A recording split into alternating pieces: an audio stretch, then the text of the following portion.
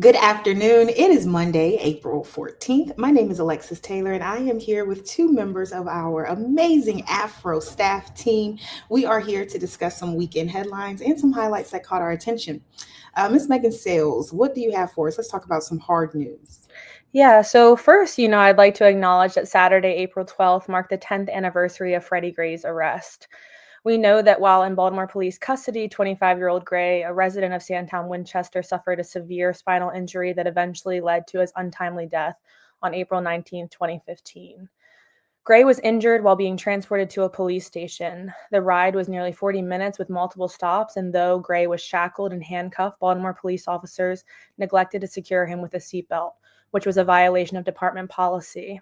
Gray's fatal spinal injury was likely due to hitting his head on the interior of the police wagon, whether that was the roof or the walls, but that was what led to that injury.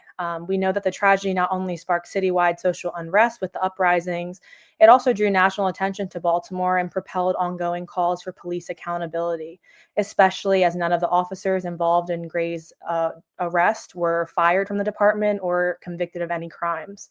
I have a story on AFRO.com, as you can see right here, right now, in which faith leaders and nonprofit leaders are reflecting on what they remember about when they found out that Gray was arrested and then later died. They're also talking about some of the progress that has been made in Baltimore since the fatal event, but we're going to have coverage all week coming out about Freddie Gray. I know that Tashi's working on a story, as well as another reporter of ours, Andrea, so please keep up with AFRO.com to just stay in the know with those stories and to just remember his life and legacy. And then in more news, this morning, Senator Chris Van Hollen announced that he has called for a meeting with Salvadoran President Nayib Bukele to discuss the return of Kilmar Armando Abrego Garcia, a Maryland father who was wrongfully deported to El Salvador last month.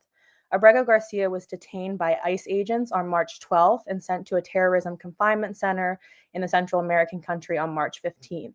His deportation actually defied a 2019 order from an immigration judge that protected him from removal due to threats to his life from gangs in his home country in El Salvador. On April 10th, the U.S. Supreme Court deemed his deportation illegal. They also partly upheld a lower court ruling that the U.S. government is responsible for facilitating his return to the States. I'll be having an updated story on AFRO.com with everything that's happening with Mr. Abrego Garcia, but I do just want to highlight that this case is part of the concern around the 47th president's plan to carry out the largest mass deportation in history. We know that his administration has since admitted that the deportation was an administrative error, but Mr. Abrego Garcia is already locked away in a notorious prison in a country where, again, he has threats to his life. And it's unclear at this moment when and how he'll be returned. So I'll just be staying up to date on that story. And again, having updates come out on AFRO.com. Thank you for that, Megan. And it really is just a tragedy when I was looking up information over the weekend about this prison that is in El Salvador and the types of people that they've put there to clean up the country. I don't disagree with the initial use of the prison, which was to house the men and women who have really wreaked havoc on the country of El Salvador. I don't think that there's anything wrong when it comes to public safety, when it comes to locking up people who have MS-13 tatted on their face, and their whole body is a testament to their involvement in that organization. But to then house the people who came to this country fleeing that gang violence in the same cell.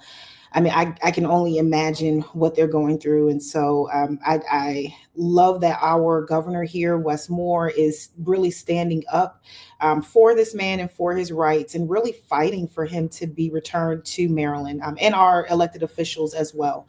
So we'll have more on that. And as Megan said, we will keep everyone updated. All right, Ms. Tashi McQueen, what do you have for us this week? Yes, so in continuation of recognizing Freddie Gray, I actually was able to attend an event last Friday at the University of Maryland Francis King Carey School of Law, and it was held in partner with the Campaign for Justice, Safety, and Jobs event.